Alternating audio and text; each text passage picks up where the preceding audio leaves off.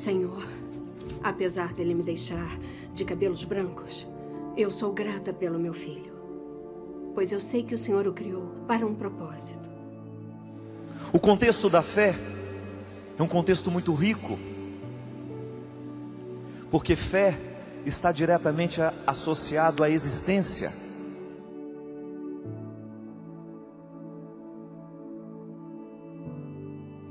A fé é como se fosse uma experiência, é como se fosse uma realidade que nos retira a possibilidade do medo imperar sobre nós. Fé não combina com medo. A fé nos coloca na observância, claro. Eu tenho o bom senso de saber o que é perigoso, mas eu lido com aquilo que é perigoso sem medo. A vida se oferece o tempo todo como uma experiência de perigo, e que a fé passa pela experiência do bom senso a nos orientar numa conduta humana, satisfatória, honesta, de sermos homens e mulheres que, ao professarem a fé em Deus, nós também professamos a fé na experiência do cuidado humano. Revista-se de uma couraça que lhe proteja.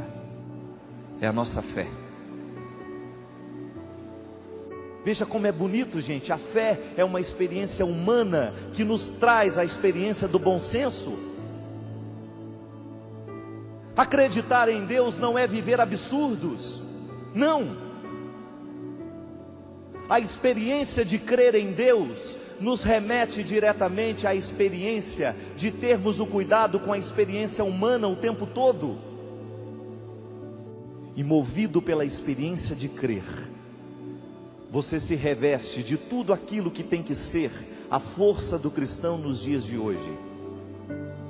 Nós estamos falando que a experiência de crer em Deus nos remete diretamente à responsabilidade humana de cuidar desta fé dentro de nós, a partir da experiência do bom senso. Quando você percebe que o jeito mais bonito que Deus tem de iluminar o mundo e de fazer esse mundo transformado e de mexer nas estruturas deste mundo é justamente quando ele ganha espaço na minha consciência, na sua consciência. Se tem uma coisa que cada vez mais eu estou convencido nessa vida, é da universalidade dos sofrimentos, das dores. A dor que dói em você está doendo de alguma forma em alguém que está muito próximo. Basta a gente ter coragem de começar a contar.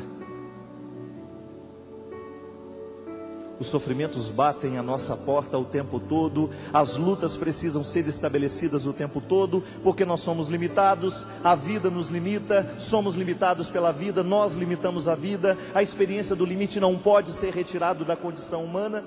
Mas e agora, o que eu faço?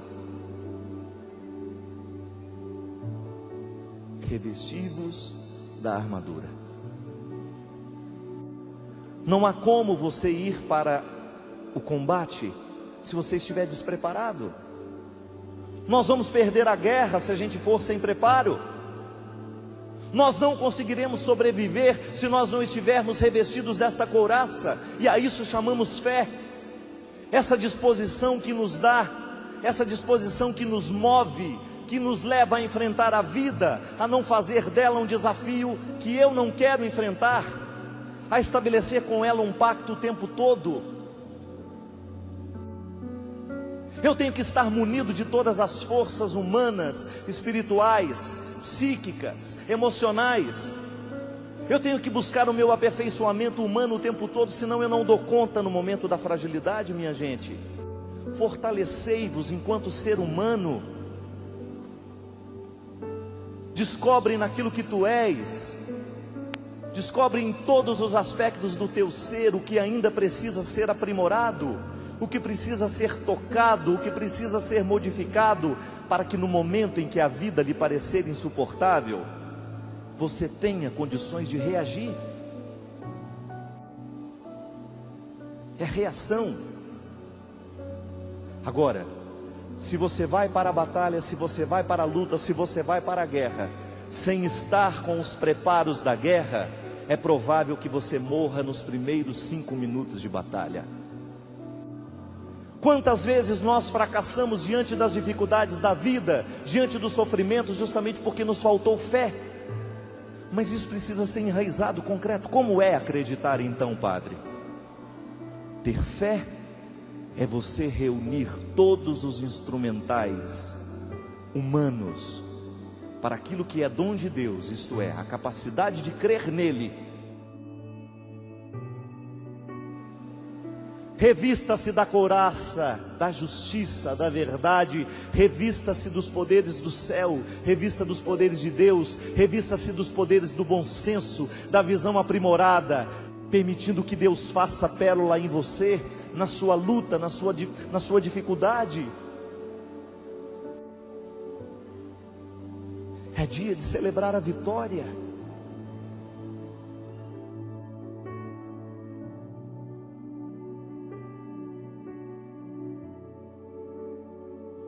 O ontem não é nosso para recuperar,